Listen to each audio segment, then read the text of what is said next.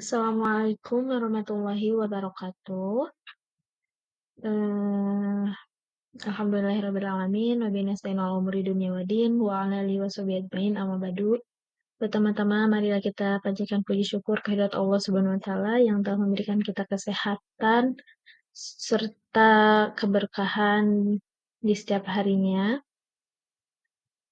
Salawat beserta salam senantiasa tercurah limpahkan kepada baginda kita, yaitu Habibana wa Nabiyana Muhammad SAW.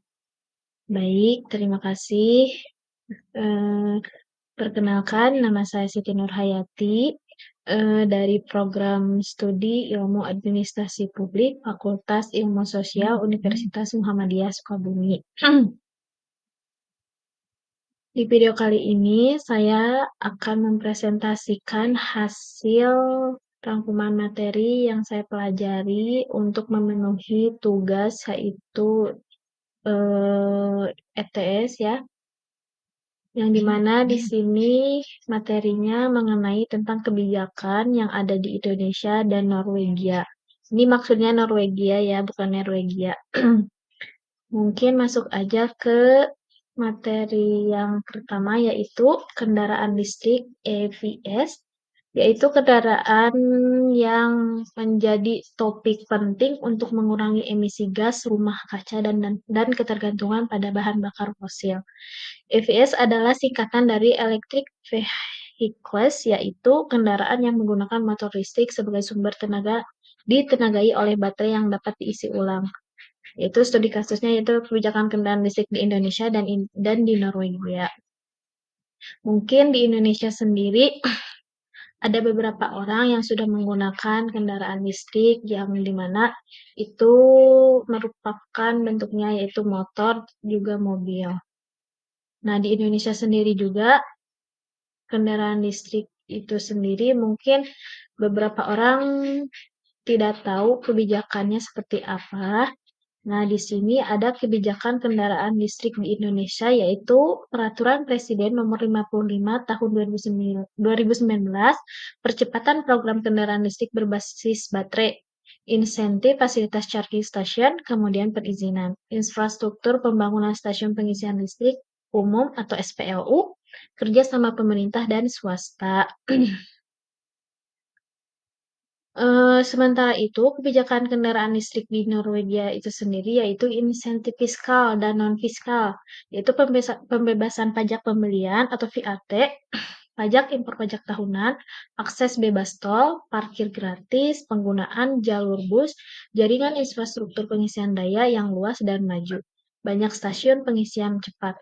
Mungkin di Norwegia sendiri banyak perbedaan dari di Indonesia, yang dimana di Norwegia eh, infrastruktur pengisian dayanya itu sangat luas dan maju, serta banyak stasiun pengisian cepat atau fast charging.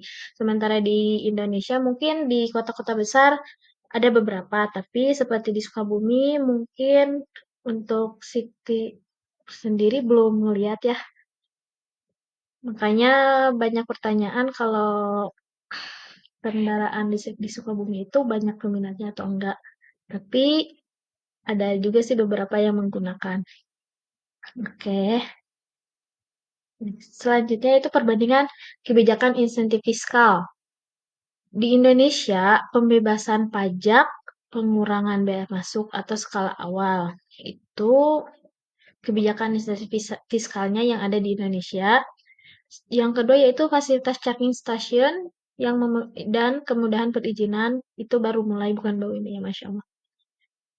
Serta pembangunan SPLU terbatas di kota besar. Tuh, jadi di kota besar juga masih terbatas pembangunan SPLU itu sendiri. Sementara kebijakan insentif fiskal di Norwegia, akses bebas tol, parkir gratis, penggunaan jalur bus atau sangat menarik, serta jaringan pengisian daya luas dan maju, banyak fast charging. Jadi di Norwegia itu sendiri fast chargingnya tuh pas disediain di titik-titik tertentu yang dimana itu memudahkan para pengguna kendaraan PSI. Yang selanjutnya itu pembebasan VAT atau pajak impor.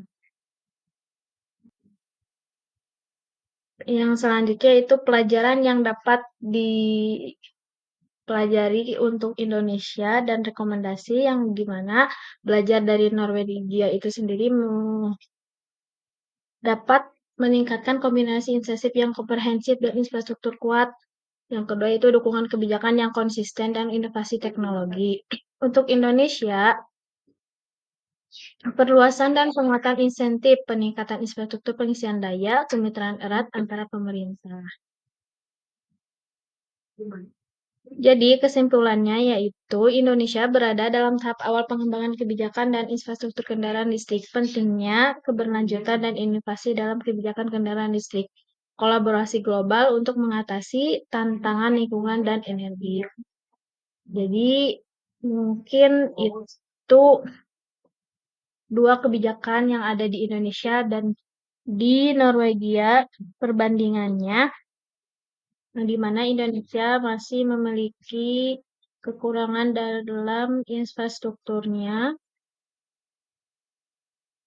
dan juga kolaborasi global untuk mengatasi tantangan lingkungan dan energi. Mungkin itu yang dapat saya sampaikan. Mohon maaf bila ada kekurangan. Wassalamualaikum warahmatullahi wabarakatuh.